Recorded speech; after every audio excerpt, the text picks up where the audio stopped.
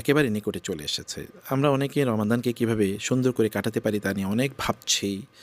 রমাদান আসার আগে কিন্তু সালফে সালিন বা সাহাবায়ে কেরাম তারা ভাবতেন রমাদানকে বা এবারের রমাদানকে আগের রমাদানের চেয়ে আরও কীভাবে ভালো করা যায়।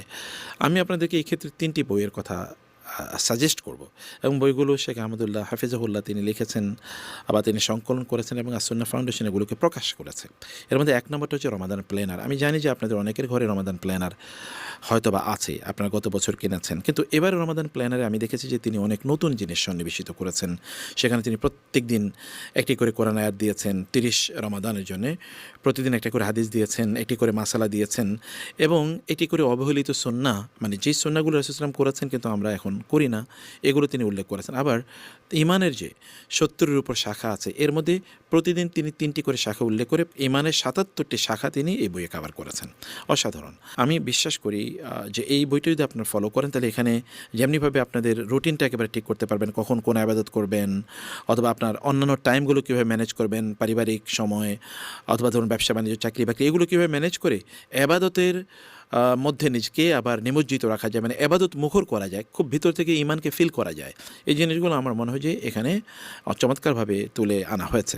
কারণ আমরা যদি প্ল্যান না করি তাহলে কিন্তু আমরা সুন্দরভাবে রমাদান কাটাতে পারবো না, বা রমাদান থেকে সেই উপকার আমরা অর্জন করতে পারবো না যে উদ্দেশ্যে আল্লাহ তাআলা আমাদেরকে রমাদান দিয়েছেন। এবং ২ নম্বর যে বইটি আমি দেখেছি তা হলো যে তারাবির সালাতে কোরআনের বার্তা।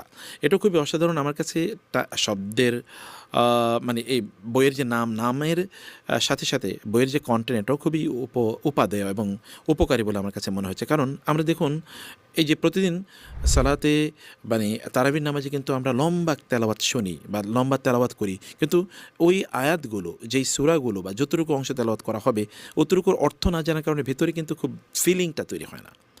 আবার আমরা যে ধরুন এর উপর ভিত্তি করে আমরা আমাদের জীবনটিকে কীভাবে সাজাবো সেটা কিন্তু আমরা বুঝি না, কারণ তেলাওয়াত কেবল শুনছি।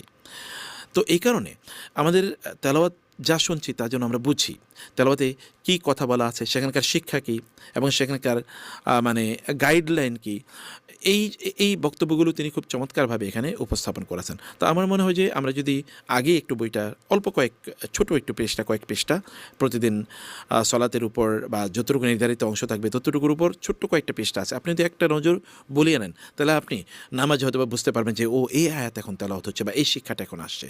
তখন আমাদের নিজেদের মধ্যে একটা অনুভূতি তৈরি হতে পারে, কোরআনের প্রতি ভালোবাসা আগের চেয়ে অনেক অনেক বাড়বে।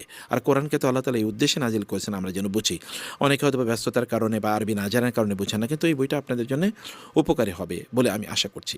আর ৩ নম্বর হচ্ছে রমাদানের ২৭ আমল, অর্থাৎ রমাদানে যে আমলগুলো রাসূল সাল্লাল্লাহু আলাইহি ওয়াসাল্লাম বা সাহাবায়ে কেরামরা করতেন, সালফে সালিন করতেন, এগুলো আমরা অনেকেই না জানার কারণে রমাদানে আমরা এই আমলগুলো করতে পারি না। তিনি খুব চমৎকারভাবে এই আমলগুলো এখানে উল্লেখ করেছেন, যেগুলো অথেন্টিক, তার সোর্স ক্রিটিকের উপর ভিত্তি করে তিনি অথেন্টিক যেগুলোকে দেখেছেন সেগুলোকে তিনি এখানে উল্লেখ করেছেন। আপনারা এগুলো পেলে আপনাদের নিজেদের মতো করে আপনারা তখন সাজিয়ে নিতে পারবেন আপনাদের রমাদানের আমলগুলো যেগুলো রাসূল সাল্লাল্লাহু আলাইহি ওয়াসাল্লাম করেছেন বা সাহাবায়ে কেরামরা করেছেন।